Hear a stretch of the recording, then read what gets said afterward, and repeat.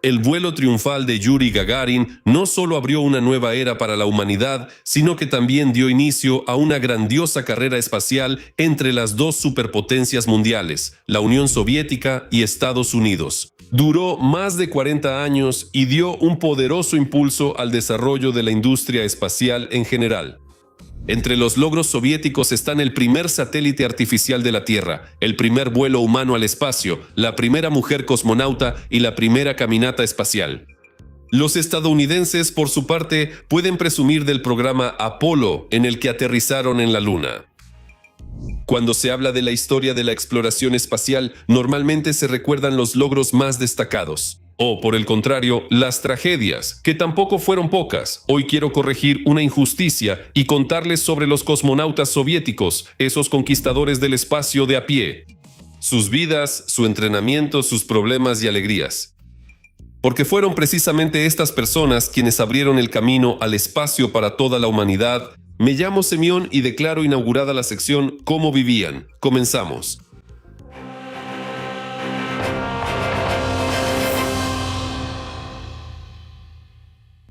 ¿Cómo seleccionaban a los cosmonautas soviéticos? Hoy en día, volar al espacio se considera algo común, pero a finales de los años 50 del siglo pasado, todo era muy diferente. Los científicos simplemente no sabían con qué tendría que enfrentarse una persona en órbita, cómo reaccionaría su organismo, qué pasaría con su psique. De hecho, los aspectos psicológicos preocupaban a los médicos más que nada. Por ejemplo, los médicos soviéticos temían que una persona en el espacio pudiera incluso perder la razón. Por eso, el control manual en el Vostok de Gagarin estaba bloqueado. Debido a la falta de datos, los médicos soviéticos decidieron realizar una selección muy rigurosa. Tomaron una gran cantidad de candidatos adecuados y eligieron a los más dignos entre ellos. Decidieron buscar a los futuros conquistadores del espacio entre los pilotos militares. La selección inicial se realizó en las unidades y formaciones de la Fuerza Aérea de la URSS. Por este proceso pasaron casi 3.500 pilotos. Entre los requisitos básicos para los candidatos estaban tener hasta 35 años, una estatura máxima de 175 centímetros y un peso máximo de 75 kilogramos. Para convertirse en cosmonauta, era necesario tener una psique absolutamente estable y una salud verdaderamente de hierro. Al final, a principios de 1960, se formó el primer grupo de cosmonautas, que incluía a 12 pilotos. Luego, el grupo se amplió a 20 personas. El más joven de ellos tenía 23 años y el mayor 34. Más tarde, para prepararse para el primer vuelo, se seleccionó un grupo de 6 candidatos. Según los resultados de los exámenes especiales, Yuri Gagarin encabezó el grupo, quien pronto se convirtió en el cosmonauta número 1 del mundo. Con el tiempo, los requisitos para los futuros cosmonautas se volvieron más flexibles. Sin embargo, incluso hoy en día es bastante difícil convertirse en conquistador del espacio. Todo el tema espacial en la URSS estaba fuertemente impregnado de política e ideología. Por eso también se imponían otros requisitos a los candidatos. El cosmonauta debía ser obligatoriamente miembro del Partido Comunista, tener una biografía sin ningún tipo de manchas oscuras y referencias impecables. Esto se controlaba estrictamente. Cualquier error grave o incluso una palabra dicha sin cuidado podía cerrar para siempre al candidato el camino al espacio.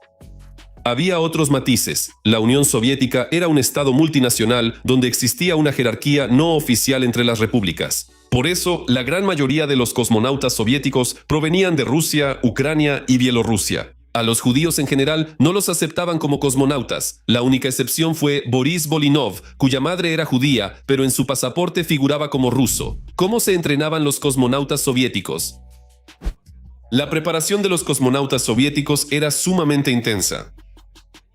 Realizaban vuelos de entrenamiento en aviones, saltaban en paracaídas, aprendían a eyectarse y fortalecían su aparato vestibular en centrífugas.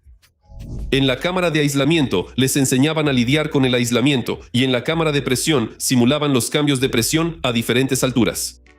Además de esto, los futuros cosmonautas estudiaban disciplinas técnicas generales, tomaban cursos de astronomía y geofísica y aprendían a realizar filmaciones cinematográficas.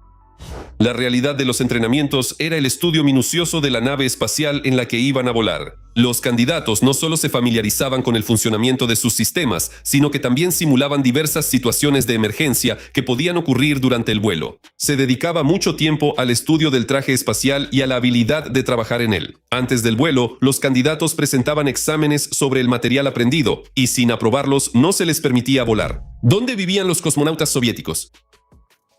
El principal lugar de residencia y entrenamiento de los cosmonautas soviéticos era la Ciudad de las Estrellas, una pequeña localidad en la región de Moscú. Era una ciudad cerrada que no aparecía en los mapas geográficos soviéticos. Solo se podía entrar con permisos especiales.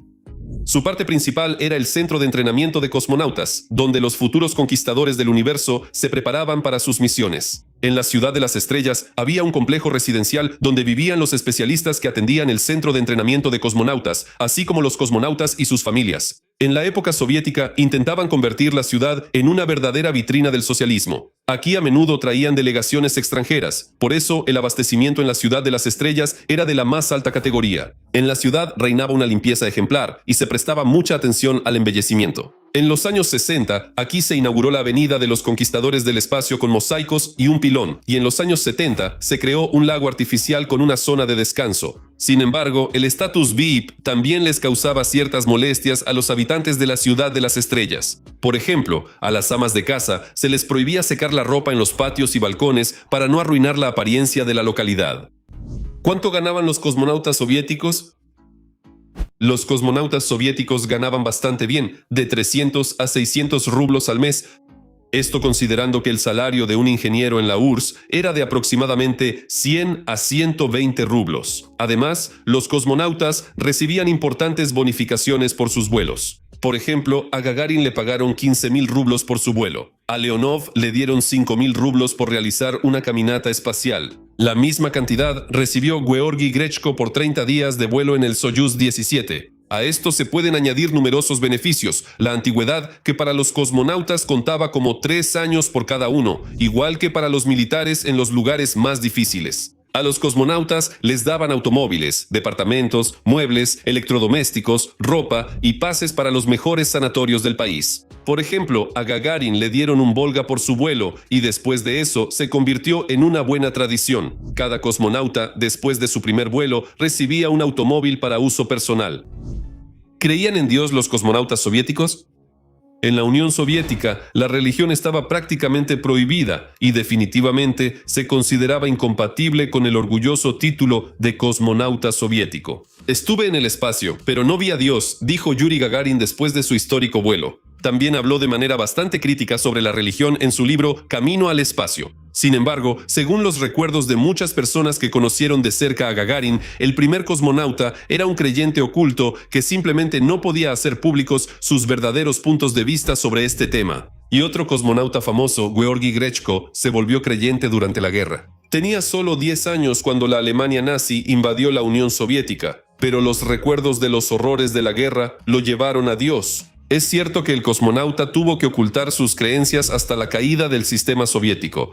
Alexei Livonov una vez declaró que sin fe es difícil volar al espacio. No hay nada sorprendente en esto, ya que las personas con profesiones peligrosas a menudo buscan apoyo en la religión. Solo que en la Unión Soviética esto tenía que ocultarse. ¿Qué comían los cosmonautas soviéticos?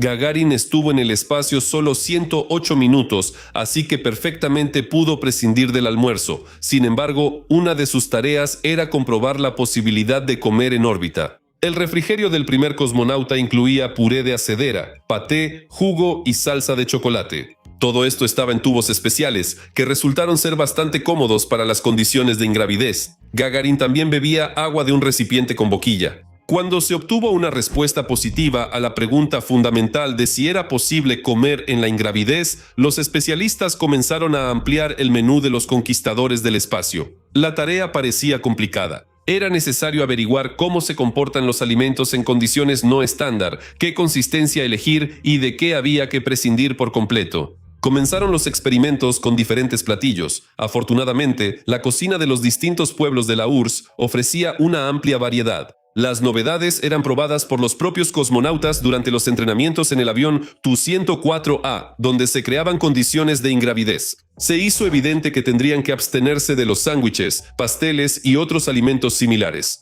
Después de todo, generan migajas que, en la ingravidez, pueden afectar el funcionamiento del equipo.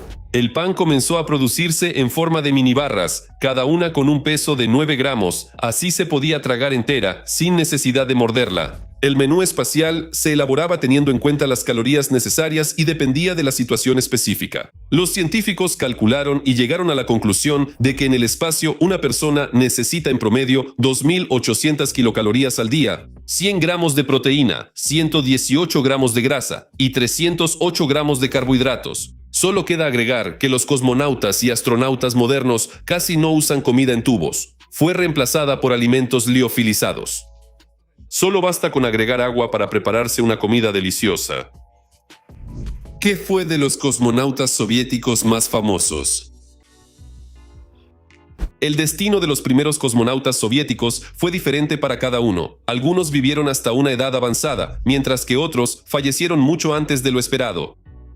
Después de su vuelo triunfal, Yuri Gagarin se convirtió en una de las personas más famosas del planeta. El interés mundial por él era enorme. La maquinaria ideológica soviética no perdió la oportunidad y convirtió a Gagarin en un verdadero símbolo de los logros del sistema socialista. El cosmonauta visitó decenas de países en todo el mundo, se reunió con reyes, presidentes y gente común y participó en eventos solemnes.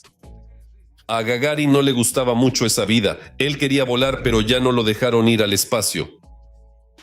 El 27 de marzo de 1968, Gagarin murió trágicamente durante un vuelo de entrenamiento. El segundo cosmonauta soviético, Germán Titov, realizó el primer vuelo espacial prolongado. Estuvo en órbita por más de un día. Al igual que a Gagarin, tampoco le permitieron volver al espacio y continuó su servicio en el Centro de Entrenamiento de Cosmonautas. Después del vuelo, el carácter de Titov empeoró y comenzaron a surgir problemas con la disciplina y el alcohol. Una vez, conduciendo bajo los efectos del alcohol, incluso tuvo un accidente que le costó la vida a su pasajera. Al final, expulsaron a Titov de la Ciudad de las Estrellas y lo enviaron a estudiar a la Academia del Estado Mayor General.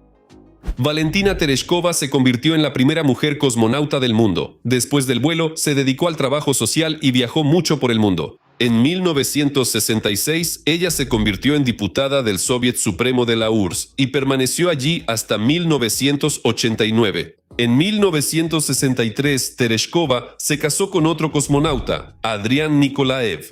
A menudo los llamaban la pareja estelar. En 2011, Tereshkova volvió a convertirse en diputada, esta vez del Parlamento ruso. Fue ella quien propuso las enmiendas a la Constitución de la Federación Rusa que permitieron a Putin reiniciar sus mandatos y gobernar hasta mediados de la próxima década.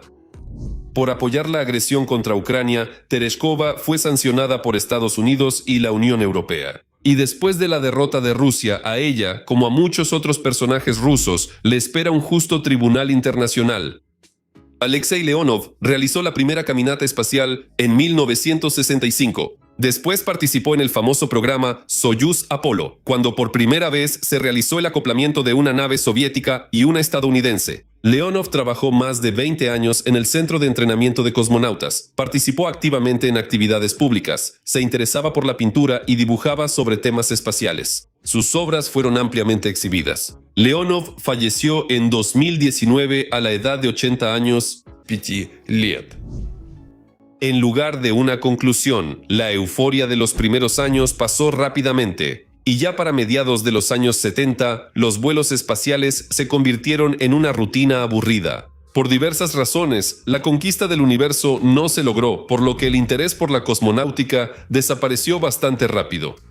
Difícilmente ahora alguien recordará los apellidos de los cosmonautas soviéticos de los años 80, quienes construyeron la estación Mir. Y por cierto, ese fue el proyecto científico más importante de su época. En los últimos años, el interés por los vuelos espaciales está resurgiendo, pero hoy en día la industria avanza. Ya no son las agencias gubernamentales, como en los años 60, sino visionarios y empresarios como Elon Musk o Jeff Bezos. De nuevo se discute activamente la colonización de Marte y otros planetas. se están construyendo nuevas naves y pronto habrá una estación internacional en órbita lunar. Pero todo esto ya no tiene que ver con la URSS, y mucho menos con Rusia. Ellos perdieron su programa espacial y también perdieron básicamente todo sentido de humanidad. Adiós a todos, hasta el próximo episodio.